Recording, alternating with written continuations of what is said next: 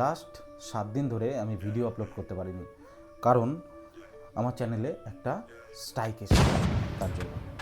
তো কেন স্ট্রাইক আসলো, কী করে কি হলো, টোটাল ডিটেলস কিন্তু এই ভিডিওতে আজকে আপনাদের জানিয়ে দেবো। তো কী করে কি হলো, কেন স্ট্রাইক আসলো, কতদিন স্ট্রাইকটা থাকলো, টোটাল কিন্তু এই ভিডিওতে আপনাদের সাথে আলোচনা করব। তো চলুন বেশি কথা না বাড়িয়ে ভিডিওটি স্টার্ট করা যাক। কেন আমার ইউটিউব চ্যানেলে স্ট্রাইক আসলো। ইউটিউবে এই ভিডিওটা ছেড়েছিলাম, ফ্রি নেটফ্লিক্স লাইক, এই যে ভিডিওটা free Netflix like OTT free movie app and OTT platform, এই ভিডিওটার জন্য কিন্তু আমি একটা কপিরাইট স্ট্রাইক খেয়েছি।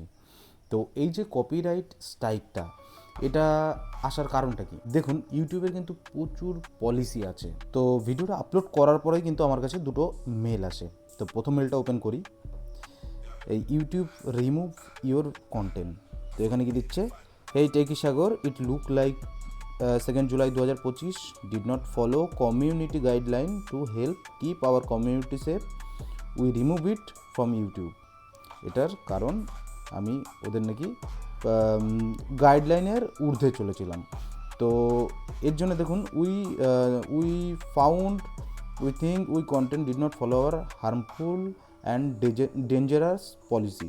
তো এই ডেঞ্জারাস পলিসিটা কি?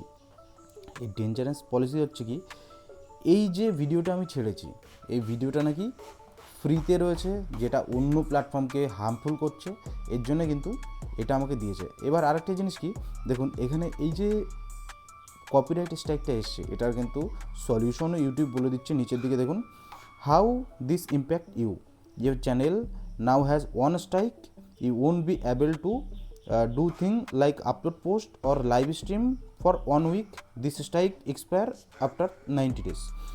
দেখুন এখানে যে কমিউনিটি গাইডলাইনের কথা বলছে, 90 দিন থাকবে আমার এই স্ট্রাইকটা।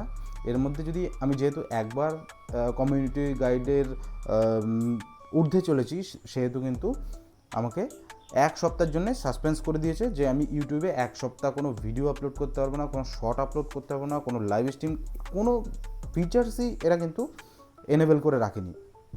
তো 1 সপ্তাহ পরে গিয়ে কিন্তু আমি আবার ভিডিও আপলোড করতে পারবো। আর এই 90 দিনের মধ্যে যদি আমি আরও দুটো, টোটাল 3খানা যদি স্ট্রাইক নিয়ে নিই বা এর স্ট্রাইক যদি খেয়ে যাই, তাহলে কিন্তু আমার চ্যানেলটা পার্মানেন্টলি ডিলিট হয়ে যাবে। তো এখানে কিন্তু আমাকে আর রিকভারি করার জায়গা থাকবে না কোনো।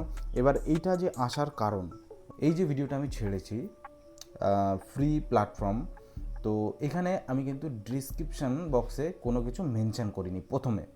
তো ইউটিউব কী করলো, ইউটিউব মোটামুটি 10 মিনিট টাইম নেয়, ওরা কন্টেন্টটাকে চেক করে, চেক করার পরে যে অ্যাকচুয়ালি কন্টেন্টে কোনো কপিরাইট ক্লেম এসছে কিনা বা কপিরাইট স্ট্রাইক এসছে কিনা, সেটা কিন্তু 10 মিনিট ধরে চেক করার পরে তারপরে সেটা বিচার বিবেচনা করে ওরা একটা কিছু পর্যায়ে আসে, বা আপনাকে কপিরাইট স্ট্রাইক নাও দিতে পারে, নর্মালভাবে ভিডিওটা ছেড়ে দিতে পারে। তো সেই এআই অ্যালগোরিদম ইউটিউবের মধ্যে থাকে। তো এই যে এআই অ্যালগোরিদম, এটা আমার 10 মিনিটের মধ্যে, যেহেতু আমি ডেসক্রিপশন বক্সে কোনো কিছু মেনশন করিনি যে এই যে ভিডিওটা আমি তৈরি করেছি, তো এটা কারো ঊর্ধ্বে গিয়ে বলছি না, এটা জাস্ট একটা ফ্রি কন্টেন্ট আর নেটফ্লিক্স অ্যামাজন প্রাইমের মতো একটা প্ল্যাটফর্ম, এই যে লেখাটা, এটা জাস্ট ডেসক্রিপশন বক্সে না লেখার জন্য কিন্তু এই 10 মিনিটের মধ্যে আমার কিন্তু কপিরাইট স্ট্রাইক দিয়ে দিয়েছে। মানে আজকের ডেটে এসে 2025-এ এসে ডেসক্রিপশন বক্সে লেখাটাও কতটা ইম্পর্টেন্ট। তো অবশ্যই আপনারা যদি ডেসক্রিপশন বক্সে না লেখেন কোনো কিছু, অবশ্যই কিন্তু ডেসক্রিপশন বক্সে লিখে দেবেন যখন আপনি ভিডিওটা আপলোড করছেন সাথে সাথেই, তাহলে আমার মতো এরকম সাফার আপনাকে হতে হবে না।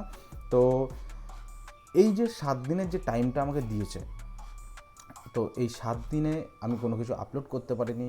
শুধু কি ইউটিউবটা আমি অ্যাক্সেস করেছি, ইউটিউবে ভিডিও দেখতে পেরেছি, আমি কোনো ভিডিও আপলোড করতে পারিনি। মানে অ্যাজ এ কন্টেন্ট ক্রিয়েটার হিসাবে আমার কোনো পার্ট এই কদিনে ছিল না। দেখুন, সবসময় কিন্তু আমরা কিছু না কিছু শিখতেই থাকি। তো আমার কাছেও এটা মনে হলো একটা কোনো লার্নিং পিরিয়ড। তো শিখলাম, ভালো লাগলো। তো যখনই আমি ভিডিও আপলোড করব, ডেসক্রিপশন বক্সে প্রথমেই কিন্তু আমি মেনশন করে দেবো যে ভিডিওর পুরো ডিটেলস সম্পর্কে। তো প্রবলেম অ্যাকচুয়ালি সেরকম কিছুই না, এই 7 দিন অ্যাক্সেস করতে পারিনি, এটা একটা ইস্যু। বাট এতে কিন্তু আমার চ্যানেলের সেরকম কোনো এফেক্ট হয়নি। 90 দিন এই যে পিরিয়ডটা 90 দিন একটা থাকবে টাইম, তো 90 দিন পরে অটোমেটিকলি আমার স্ট্রাইকটা উঠে যাবে। আর 90 দিনের মধ্যে যদি আমি সেকেন্ড টাইম বা থার্ড টাইম করি তখন কিন্তু ইউটিউব একটা অ্যাকশান নিয়ে নেবে মোটামুটি। তো 90 ডেজ পরে কিন্তু আমার চ্যানেলটা পুরোপুরি ক্লিন, যেমন আগে যেমন ছিল এক্স্যাক্টলি সিমিলার কিন্তু হয়ে যাবে। আমার মতো ছোট বড় কন্টেন্ট ক্রিয়েটার যারা আমরা আছি তারা কিন্তু অবশ্যই আমাদের ইউটিউবের গাইডলাইন মেনে নেওয়া উচিত। তো ইউটিউবের গাইডলাইন না মানলে কিন্তু ইউটিউবের পলিসির ভায়োলেশনে আমরা চলে যাব। তখন কী হবে, তখন কিন্তু ইউটিউবে একটা বাজে প্ল্যাটফর্ম চলে আসবে, যেখানে যে আসছে যেরকম খুশি সেরকম কন্টেন্ট দিয়ে চলে যাচ্ছে। তো এই ইউটিউবের কমিউনিটি গাইডলাইন কিন্তু আমি একসাথে সহমত হচ্ছি যে হ্যাঁ, এটা একদমই ঠিক। তো অবশ্যই আপনারাও যারা রয়েছেন, যারা এরকম কন্টেন্ট ক্রিয়েট করেন, তারাও কিন্তু ইউটিউবের কমিউনিটি গাইডলাইন মেনে নেবেন। 2025-এ এসে কিন্তু অবশ্যই আমাদের যখন একটা ভিডিও আপলোড করার দরকার হয় বা আপলোড করা হয়, তখন কিন্তু ডেসক্রিপশন বক্স, টাইটেল, শুধু সেটাই না, থাম্বনেল বলি আমরা যেটা, সেটাও কিন্তু ঠিকঠাকভাবে দেখতে হবে যে ইউটিউবের কোনো পলিসির গাইডলাইনের এগেইনস্টে হচ্ছে কিনা। তো যখনই আমরা কোনো ভিডিও ইউটিউবে আপলোড করব, তখন কিন্তু অবশ্যই আমাদের ডেসক্রিপশন বক্সটা, টাইটেল, এগুলো কিন্তু মেনশন করে দিতে হবে যে আমরা ভিডিওটার কি জানাতে চাইছি, ভিডিওটার ব্যাপারে কি জানাতে চাইছি সেটাই কিন্তু।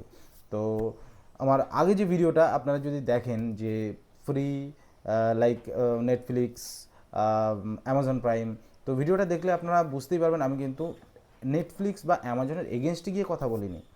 আমি কিন্তু ওদের মতোই প্ল্যাটফর্ম, যেখানে ওদের টাইপের কন্টেন্টগুলো আপনি ফ্রি অ্যাক্সেস করতে পারবেন, সেটাই বলা হয়েছে। তো ধন্যবাদ, আজকে ভিডিওটা এই পর্যন্তই, দেখা হবে পরবর্তী ভিডিওতে।